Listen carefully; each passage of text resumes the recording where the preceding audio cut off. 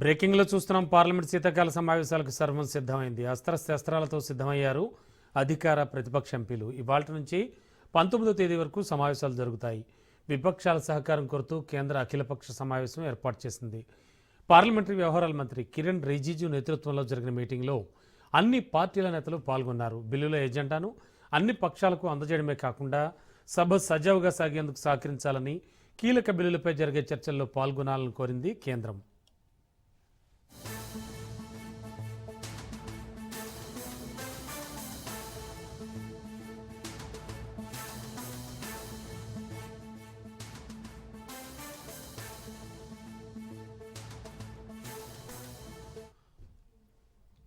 ఇప్పటికే పార్లమెంట్ శీతాకాల సమావేశాల్లో ప్రవేశపెట్టబోయే బిల్లుల జాబితాను మోడీ సర్కార్ సిద్ధం చేసింది. అణు ఇంధన రంగంలో ప్రైవేట్ రంగానికి స్వాగతం పలికేందుకు ఉద్దేశించిన బిల్లుతో పాటు 10 బిల్లులను పార్లమెంట్ ఉభయ సభల్లో ప్రవేశపెట్టాలని నిర్ణయం తీసుకుంది. ది అటామిక్ ఎనర్జీ బిల్ 2025తో పాటు కార్పొరేట్ చట్టాల సవరణ bill, securities markets code bill, జాతీయ రహదారుల సవరణ బిల్లు ఉభయ సభల ముందుకు తీసుకురానున్నారు.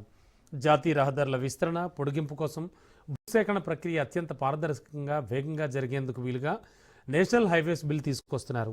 సుప్రీంకోర్టు ఆదేశాల మేరకు ఆర్బిట్రేషన్, క్యాన్సిలేషన్ చట్ట సంబంధ బిల్లును పార్లమెంట్లో ప్రవేశపెడతారు. అయితే పలు సూచనల కోసం కమిటీకి సిఫార్సు చేయాలని కేంద్ర ప్రభుత్వం భావిస్తోంది. అలాగే దేశంలో ఏకీకృత ఉన్నత విద్యా కమిషన్ ఏర్పాటు లక్ష్యంగా కేంద్రం కొత్త బిల్లును తీసుకురావాలని చూస్తోంది.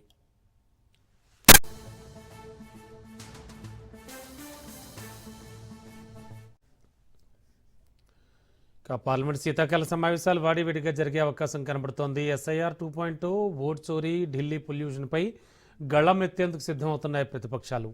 12 రాష్ట్రాలు, కేంద్రపాలిత ప్రాంతాల్లో కేంద్ర ఎన్నికల సంఘం చేపట్టిన ఓటర్ల జాబితా ప్రత్యేక శ్రవణ కార్యక్రమం కుదిపోయినుంది. దీనికి తోడు ఓట్ల చోరీ అంశాన్ని మరోసారి పార్లమెంట్లో రాహుల్ ప్రస్తావించే అవకాశం ఉంది. ఎస్ఐఆర్ 2.0కి వ్యతిరేకంగా ప్రతిపక్ష పార్టీలు తీవ్ర అభ్యంతరాలు వ్యక్తం చేస్తున్నాయి. ఇప్పటికే పలు రాష్ట్రాలు సుప్రీంకోర్టును ఆశ్రయించి న్యాయ పోరాటం చేస్తున్నాయి.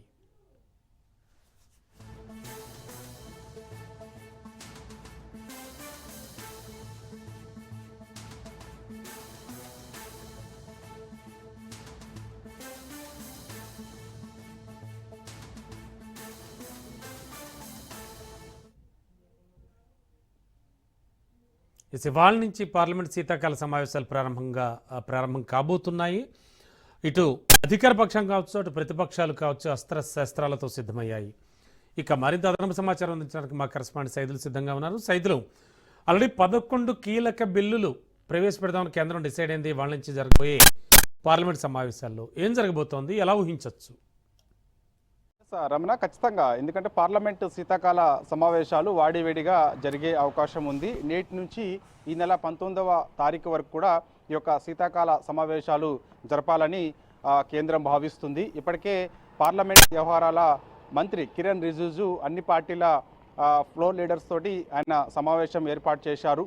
సో ఇక ఆ సమావేశంలో ఈసారి పార్లమెంట్ శీతాకాల సమావేశాలు సజావుగా సాగేందుకు మీ సహకారం అవసరం అని చెప్పేసి కూడా ఈ మీటింగ్లో చర్చించారు. కొన్ని బిల్లులు ప్రవేశపెడుతున్నాము, ఆ బిల్లులకు సంబంధించి చర్చించి మనము సభలు సజావుగా సాగేలా కూడా, ఎందుకంటే ఇవాళ దేశవ్యాప్తంగా కూడా పార్లమెంటు శీతాకాల సమావేశాలు జరుగుతున్నాయి కాబట్టి ప్రజలందరూ కూడా ఎటువంటి బిల్లులు ఈసారి పార్లమెంట్లో ప్రవేశపెట్టబోతున్నారు, వాటిపైన ఏం చర్చిస్తున్నారు అనే విషయాలు కూడా ఆసక్తిగా ఎదురు చూస్తుంటారు. కాబట్టి సో అందుకు సభలు సజావుగా సాగాలి, అందుకు మీ సహకారం అవసరమని చెప్పేసి కూడా పార్లమెంట్ వ్యవహారాల శాఖ మంత్రి కిరణ్ రిజిజు అన్ని పార్టీల ఫ్లో లీడర్స్ తోటి ఆయన సమావేశం ఏర్పాటు చేసి ఆ సమావేశంలో యొక్క అంశాలన్నింటినీ కూడా చర్చించారు. అయితే మనకి ఈ నెల 19 వరకు కూడా ఈ యొక్క సమావేశాలు జరిగే అవకాశం అయితే ఉంటుంది. అయితే కొన్ని బిల్లులు మనం చర్చించాల్సిన అవసరం ఉంటుంటే పొడిగించే అవకాశం కూడా ఉంటుంది. ప్రస్తుతం అయితే మాత్రం నేటి నుంచి ఈ నెల 19వ తారీఖు వరకు కూడా పార్లమెంటు సమావేశాలు జరపాలని కేంద్రం భావిస్తుంది. అయితే మొత్తం 14 బిల్లులు ప్రవేశపెట్టి చర్చించాలని భావిస్తున్నారు. సో అందులో ప్రధానంగా చూస్తే Manipur goods and services tax ఈ బిల్లు పార్లమెంట్లో ప్రవేశపెట్టి 2 సభల్లో ప్రవేశపెట్టి చర్చించి ఆమోదం కూడా కోరే అవకాశం కనిపిస్తుంది. తర్వాత ఇక సెంట్రల్ ఎక్సైజ్ ఈ బిల్లు కూడా ఈసారి పెట్టే అవకాశం కనిపిస్తుంది. తర్వాత national security cess bill 2025. So ఈ బిల్లు కూడా ఈసారి పార్లమెంటు శీతాకాల సమావేశంలో ప్రవేశపెట్టి 2 సభల్లో కూడా చర్చించి ఆమోదం కోరేందుకు సహకారం అవసరం అని చెప్పేసి కూడా ఇప్పటికే అన్ని పార్టీలకు సంబంధించి ఈ యొక్క బిల్లులు ప్రవేశపెట్టేదానికి సంబంధించి అన్ని పార్టీలు కూడా ముందే నివేదికని అడిగాయి కాబట్టి సో ఈ ఏ బిల్లులు ప్రవేశపెడుతున్నాము ఏంటి అనే దానిపైన కూడా ఇప్పటికే కేంద్రం వివరణ ఇచ్చింది. ఆ యొక్క బిల్లులకు సంబంధించి కూడా వారికి చేరవేసింది. సో ఇక పౌర అణువింధన రంగంలో ప్రైవేటు సంస్థలకు భాగస్వామ్యం కల్పించే bill securities markets code bill 2025కు సంబంధించినటువంటి బిల్లు. సో ఇది కూడా ఈ యొక్క పార్లమెంటు శీతాకాల సమావేశంలో 2 సభల్లో ప్రవేశపెట్టి చర్చించనున్నారు. తర్వాత ఇక ఉన్నత విద్యా కమిషన్ బిల్లు 2025కు సంబంధించినటువంటి బిల్లు. సో ఇది కూడా పార్లమెంట్లో ప్రవేశపెట్టే అవకాశం కనిపిస్తుంది.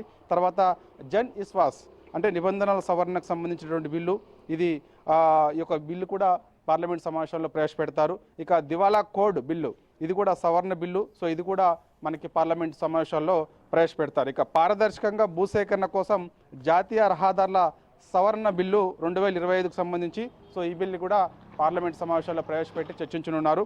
తర్వాత ఇక బిల్లు కంపెనీల చట్టం సవరించడానికి కార్పొరేట్ చట్టాల సవరణకు సంబంధించినటువంటి బిల్లులు కూడా ప్రవేశపెడతారు. సో వీటన్నిటిపైన కూడా మనకి యొక్క పార్లమెంటు శీతాకాల సమావేశాలకు సంబంధించి 2 సభల్లో కూడా ఇటు లోక్సభలో రాజ్యసభలో ప్రవేశపెట్టి వాటిపైన చర్చించి ఆమోదం కోరనున్నాయి. కాబట్టి ఇక ఇప్పటికే మరి ప్రతిపక్షాలు కొన్ని అంశాలు లేవనెత్తే అవకాశం అయితే కనిపిస్తుంది ఈ యొక్క పార్లమెంటు శీతాకాల సమావేశాల్లో. ముఖ్యంగా మనకి ప్రతిపక్షం అంటే అందరికీ తెలిసిన విషయమే, రాహుల్ గాంధీ కాంగ్రెస్ పార్టీ మనకి ప్రతిపక్షం లోక్సభలో నాయకుడిగా ఉన్నాడు కాబట్టి సో కొన్ని అంశాలు కూడా కాంగ్రెస్ పార్టీ లేవనెత్తాలని భావిస్తుంది. ఇప్పటికే ఢిల్లీకి చేరుకున్న కాంగ్రెస్ పార్టీకి చెందినటువంటి ఎంపీలందరూ కూడా నిన్ననే చేరుకున్నారు. వారితో సమావేశం కూడా ఏర్పాటు చేశారు. సో ఖచ్చితంగా శీతాకాల సమావేశాల్లో కొన్ని అంశాలు లేవనెత్తాలి, ఇటు ప్రభుత్వాన్ని విరికాటంలో పెట్టాలి. ఖచ్చితంగా వాటికి సమాధానం చెప్పేంత వరకు కూడా మనం ఈ యొక్క పార్లమెంట్ సమావేశాలకు సంబంధించి ప్రతి అంశాన్ని కూడా లేవనెత్తి జవాబు చెప్పే విధంగా కృషి చేయాలని చెప్పేసి కూడా ఆ యొక్క కాంగ్రెస్ పార్టీకి చెందినటువంటి ఎంపీలకు సంబంధించినటువంటి సమావేశంలో చర్చించినట్టు కూడా మనకైతే సమాచారం. కాబట్టి చూడాలి, ఇక ఇండియా కూటమిలో ఉన్నటువంటి సభ్యులందరూ కూడా ఇప్పటికే ఢిల్లీ చేరుకున్నారు. సో ఇక మరి కాసేపట్లో మనకి పార్లమెంట్ శీతాకాల సమావేశాలు కూడా ప్రారంభం కానున్నాయి. కాబట్టి ముఖ్యంగా ఓట్ చోరీ అంశం, ఈ యొక్క ఓట్ చోరీ అంశానికి సంబంధించి ఖచ్చితంగా ఇటు ప్రతిపక్ష నాయకుడిగా ఉన్నటువంటి రాహుల్ గాంధీ లేవనెత్తే అవకాశం కనిపిస్తుంది. సో దీనికంటే ఇప్పుడు ఆయన అనేక సార్లు చెప్తూ వస్తున్నారు ఓట్ చోరీ జరుగుతుంది, సో బీహార్లో కూడా ఓట్ చోరీ జరిగిందని చెప్పేసి కూడా చెప్తూ వస్తున్నారు. సో దీనిపైన సమాధానం చెప్పాలని కూడా అడిగే అవకాశం అయితే కనిపిస్తుంది. దాని తర్వాత మనకి ఈ మధ్యకాలంలో చూసాం మనము కారు బాంబు పేలుడు, మనకి యొక్క అంశం ఢిల్లీలో జరిగినటువంటి ఘటన ఏదైతే ఉందో దానికి సంబంధించి కూడా లేవనెత్తే అవకాశం కనిపిస్తుంది. ఎందుకంటే మనకు ప్రజలందరూ కూడా నిత్యం అక్కడ రద్దీగా ఉంటారు. ఆ సమయంలో ఈ యొక్క బ్లాస్ట్ జరిగింది కాబట్టి ఎర్రకోట సమీపంలో. సో దానికి సంబంధించి ఢిల్లీలో భద్రతకు సంబంధించినటువంటి అంశాలు ఇంకా ఏ విధంగా ఉంటే బాగుంటుంది అనే విషయంకు పోయినా కూడా ఇటు ప్రతిపక్షాలు లేవనెత్తే అవకాశం ఉంటుంది. దానికి కేంద్రం కూడా సమాధానం చెప్పే అవకాశం అయితే కనిపిస్తుంది. సో ఓవరాల్గా చూస్తే ఇటు మొత్తం కూడా ప్రస్తుతం అయితే ఈ కాంగ్రెస్ పార్టీ ఈ అంశాలు ప్రధానంగా లేవనెత్తే అవకాశం అయితే కనిపిస్తుంది. దాని తర్వాత దేశంలో అదేవిధంగా ప్రపంచంకు సంబంధించినటువంటి భారత్ తీసుకునేటువంటి నిర్ణయాలు, అదేవిధంగా మనం రష్యా నుంచి కొనుగోలు చేస్తున్నటువంటి ఈ యొక్క ఇంధనంకు సంబంధించినటువంటి అంశాలు, ఆ టైంలో ప్రధాని మోడీకి అదేవిధంగా డొనాల్డ్ ట్రంప్కి సంబంధించినటువంటి అంశాలు. సో ఈ అంశాల మధ్య జరిగినటువంటి ఆయన మన మధ్య విధించినటువంటి స్ట్రెస్ ఎక్కువగా విధించారు కాబట్టి సో అంశము. సో ఈ అంశాలన్నిటిపైన కూడా ముఖ్యంగా ఈ యొక్క ప్రతిపక్ష సభ్యులందరూ కూడా లేవనెత్తే అవకాశం కనిపిస్తుంది. సో వీటికి సమాధానం కూడా చెప్పేందుకు కేంద్ర ప్రభుత్వం కూడా సిద్ధమైంది, శస్త్రాలతో సిద్ధమైంది.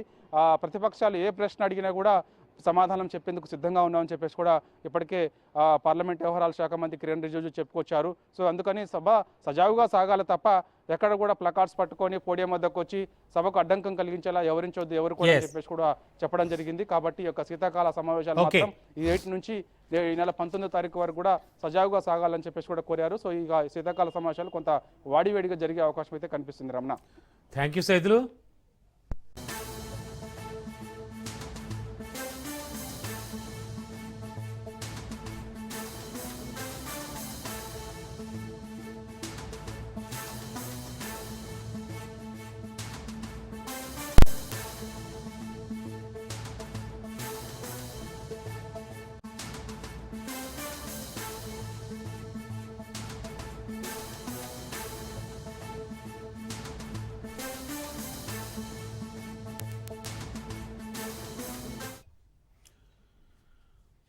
బంగాళాఖాతంలో బలహీనపడ్డ దిత్వా తుఫాన్ తీవ్ర వాయుగుండంగా మారింది. నైరుతి బంగాళాఖాతం, దానికి ఆనుకొని ఉన్న ఉత్తర తమిళనాడు, పుదుచ్చేరి తీర ప్రాంతాల్లో తీవ్ర వాయుగుండం ఏర్పడింది. ఈ వాయుగుండం తీరానికి సమాంతరంగా ప్రయాణిస్తున్నట్లు తెలిపింది వాతావరణ శాఖ. చెన్నైకి 140 కిలోమీటర్ల దూరంలో, పుదుచ్చేరికి 90 కిలోమీటర్ల దూరంలో తుఫాను కేంద్రీకృతమై ఉందని తెలిపింది.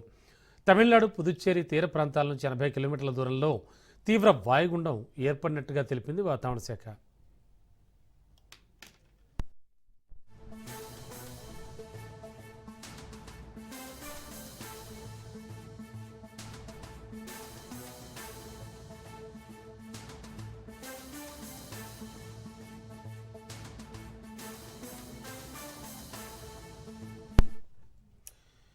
ఈ వాయుగుండం ఉత్తర దిశగా ప్రయాణిస్తూ మరింత బలహీనపడే అవకాశం ఉందని తెలిపింది. ఈ క్రమంలో తిరుపతి, నెల్లూరు జిల్లాల్లో భారీ వర్షాలు కురిసే అవకాశం ఉందని తెలిపింది. భారీ వర్షాల పట్ల ప్రజలు అప్రమత్తంగా ఉండాలంటూ, అత్యవసరం అయితే తప్ప బయటికి వెళ్లొద్దంటూ సూచిస్తోంది వాతావరణ శాఖ.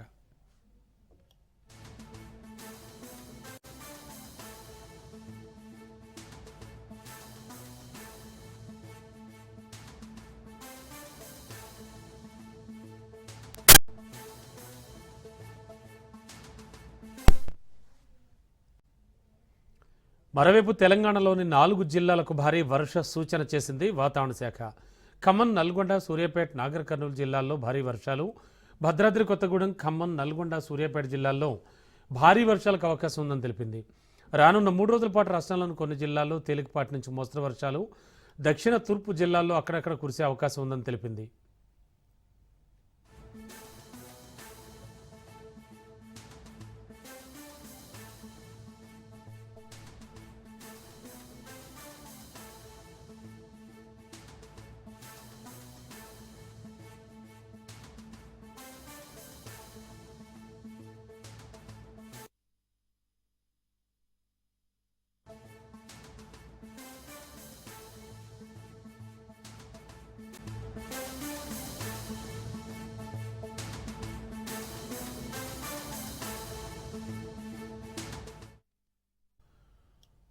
ఇదిలా ఉంటే దిత్వా తుఫాన్ శ్రీలంకను కుదిపేస్తోంది. ఇళ్లు కూలిపోవడం, పట్టణాలు జలమయమవడం, కొండ చర్యలు విరిగిపడడంతో వేలాది మంది ప్రజలు నిరాశ్రయులయ్యారు.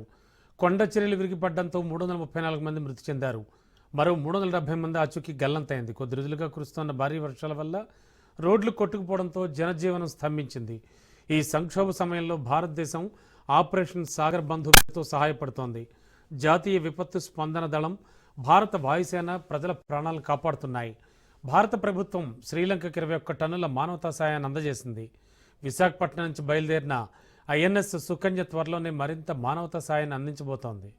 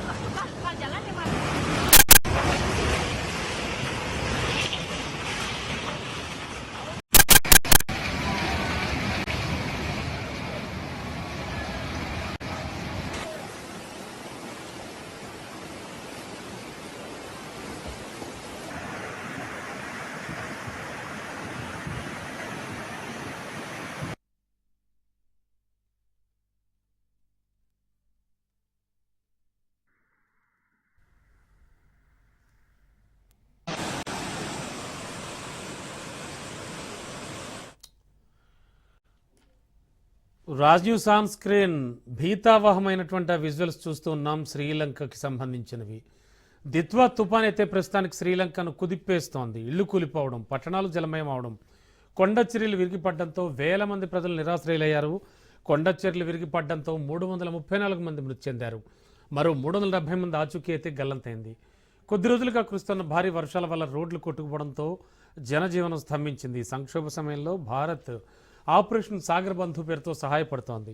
జాతీయ విపత్తు స్పందన దళం, భారత వాయుసేన ప్రజల ప్రాణాలను కాపాడుతున్నాయి. భారత ప్రభుత్వం శ్రీలంకకు 21 టన్నుల మానవతా సాయాన్ని అందజేసింది. విశాఖపట్నం నుంచి బయలుదేరిన ఐఎన్ఎస్ సుకన్య త్వరలోనే మరింత మానవతా సాయాన్ని అందించబోతోంది.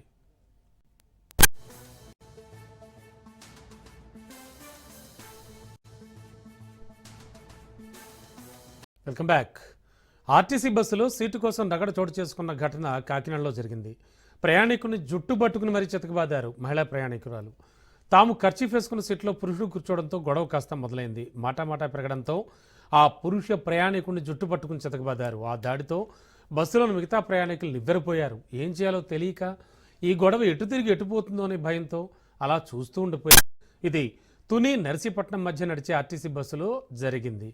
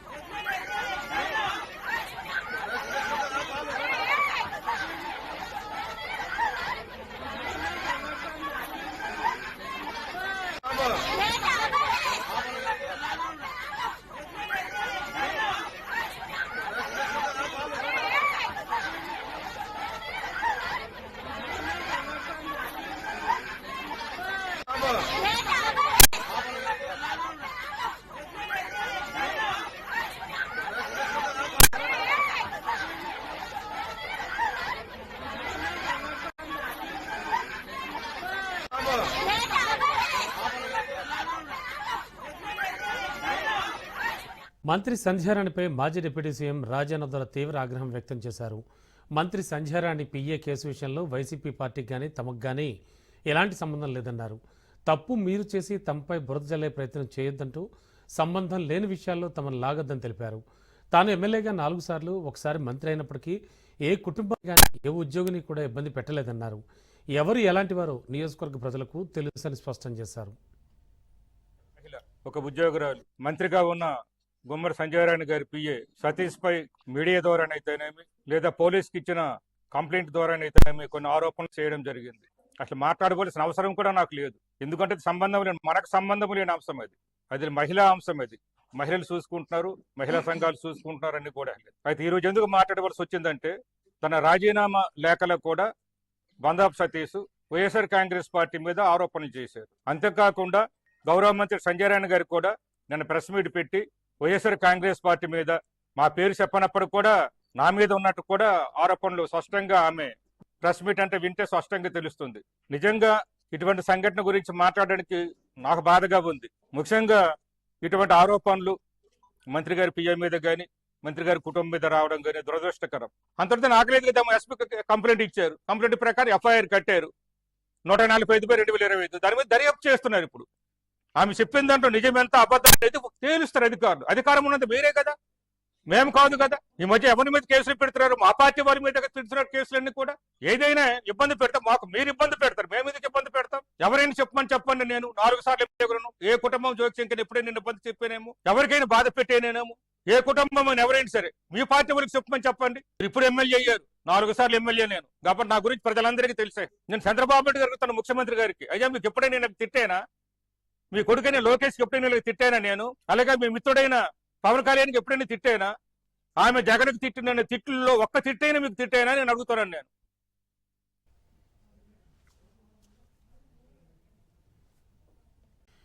ఎస్ రైట్ ఆఫ్ పార్లమెంట్ ఆవరణలో ప్రధాని మోడీ మాట్లాడుతున్నారు. లైవ్ లో చూద్దాం. बहनों की जो भागीदारी बढ़ रही है ये अपने आप में एक नई आशा, नया विश्वास पैदा करती है।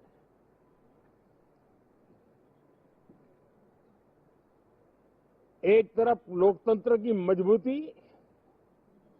और इस लोकतांत्रिक व्यवस्थाओं के भीतर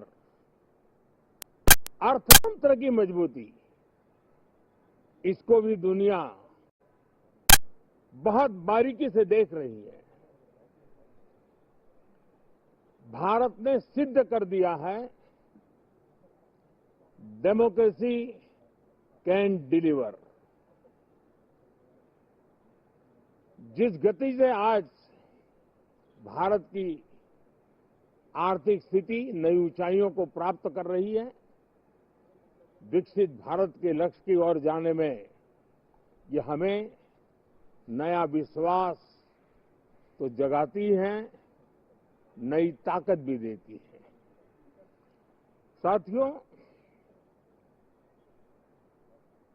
ये सत्र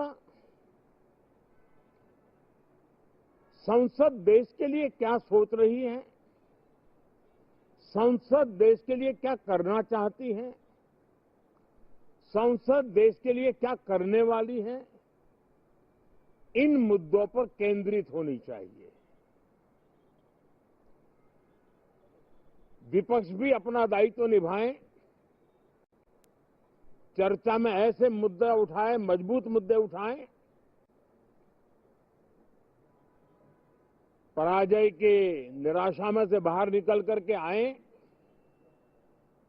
और दुर्भाग्य है कि एक आध दो दल तो ऐसे हैं कि वो पराजय भी नहीं बचा पाते।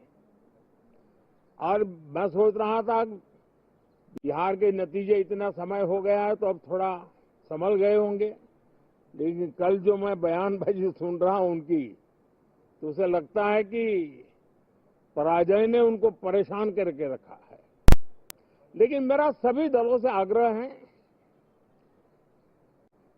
कि शीतकालीन सत्र में पराजय की बौखलाहट का वो मैदान नहीं बनना चाहिए और ये शीतकालीन सत्र विजय के अहंकार में भी परिवर्तित नहीं होना चाहिए। बहुत ही संतुलित तरीके से जिम्मेवारी के साथ जनप्रतिनिधि के रूप में देश की जनता का हमसे जो हमें दायित्व दिया है और हमसे जो अपेक्षाएं हैं उसको संभालते हुए हम आगे के लिए सोचें, जो है उसको कैसे अच्छा कर सकें। अगर बुरा होता है तो उसमें सटीक टिप्पणी कैसे कर सके ताकि देश के नागरिकों का भी ज्ञानवर्धन हो। ये मेहनत का काम जरूर है लेकिन देश के लिए करना चाहिए। और मैं आशा करता हूं, मेरी एक सबसे बड़ी चिंता रही है पिछले कई लंबे समय से, सदन में जो पहली बार चुन करके आए हैं या जो छोटी आयु के हैं, वैसे सभी दलों के सभी सांसद बहुत परेशान हैं, बहुत दुखी हैं। उन्हें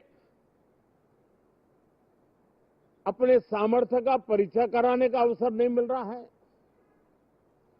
अपने क्षेत्र की समस्याओं की बात बताने का अवसर नहीं दिया जा रहा है। राष्ट्र के विकास की यात्रा में भागीदार बनने के लिए वो अपनी कुछ बात बताना चाहते हैं, उस पर भी रोक लगा दी जा रही है। कोई भी दल हो, हमें किसी को भी हमारी ये नई पीढ़ी के आ रहे नौजवान सांसद, पहली बार आए हुए सांसद, उनको अवसर देना चाहिए। उनके अनुभवों का हमें सदन को लाभ मिलना चाहिए। इस नई पीढ़ी के अनुभव सदन के माध्यम से राष्ट्र को भी लाभान्वित करेंगे। और इसलिए मेरा आग्रह रहेगा कि हम इन चीजों को गंभीरता से लें। ड्रामा करने के लिए जगह बहुत होती है, जिसको करना है करते रहें। यहां ड्रामा नहीं, डिलीवरी होनी चाहिए। नारे के लिए भी जितने नारे बुलवाने हैं वो पूरा देश खाली पड़ा है। जहां पराजित होकर के आए वहां बोल चुके हो, जहां अभी पराजय के लिए जाने वाले हो वहां भी बोल दीजिए। लेकिन यहां तो नारे नहीं, नीति पर बल देना चाहिए और वो आपकी नीयत होनी चाहिए। साथियों, हो सकता है राजनीति में नेगेटिविटी कुछ काम आती होगी, लेकिन अल्टीमेटली नेशन बिल्डिंग के लिए कुछ सकारात्मक सोच भी होनी चाहिए। नेगेटिविटी को जरा अपनी मर्यादाओं में रख करके नेशन बिल्डिंग की तरफ ध्यान दें, ये मेरी अपेक्षा रहेगी। साथियों, ये शीतकालीन सत्र एक और कारण से भी महत्वपूर्ण है। हमारे नए माननीय सभापति जी आज से हमारे उच्च सदन का मार्गदर्शन उनका शुरू हो रहा है। मैं उनको शुभकामनाएं देता हूं। साथियों, जीएसटी रिफॉर्म्स एक नेक्स्ट जनरेशन रिफॉर्म्स के लिए देशवासियों के मन में एक श्रद्धा का वातावरण पैदा किया है। इस सत्र में भी उस दिशा में बहुत सारे काम होने वाले हैं।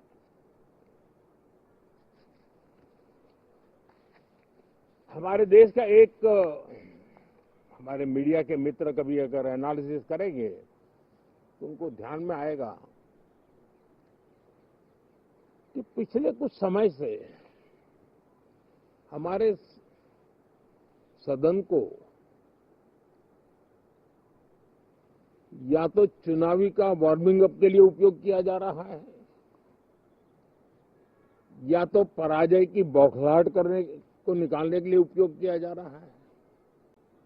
अब मैंने देखा है कुछ प्रदेश ऐसे हैं कि सत्ता में रहने के बाद इतनी एंटी इनकम्बेंसी है कि वो वहां जनता में जा नहीं पा रहे हैं, वहां लोगों के बीच जाकर के अपनी बात बता नहीं पा रहे हैं, और इसलिए सारा गुस्सा या सदन में आकर के निकालते हैं और सदन को अपने उस राज्य की राजनीति के लिए इस्तेमाल करने की नई परंपरा को कुछ दलों ने जन्म दिया है। अब उन्होंने एक बार चिंतन करना चाहिए कि पिछले 10 साल से ये जो खेल खेल रहे हैं, देश स्वीकार नहीं कर रही है इन पद्धतियों को, तो अब थोड़ा बदलें, अपनी रणनीति बदलें। मैं टिप्स देने के लिए तैयार हूं उनको कैसे परफॉर्म करना चाहिए, लेकिन कम से कम सांसदों के हकों पर तराप मत लगाइए, सांसदों को अभिव्यक्ति का अवसर दीजिए,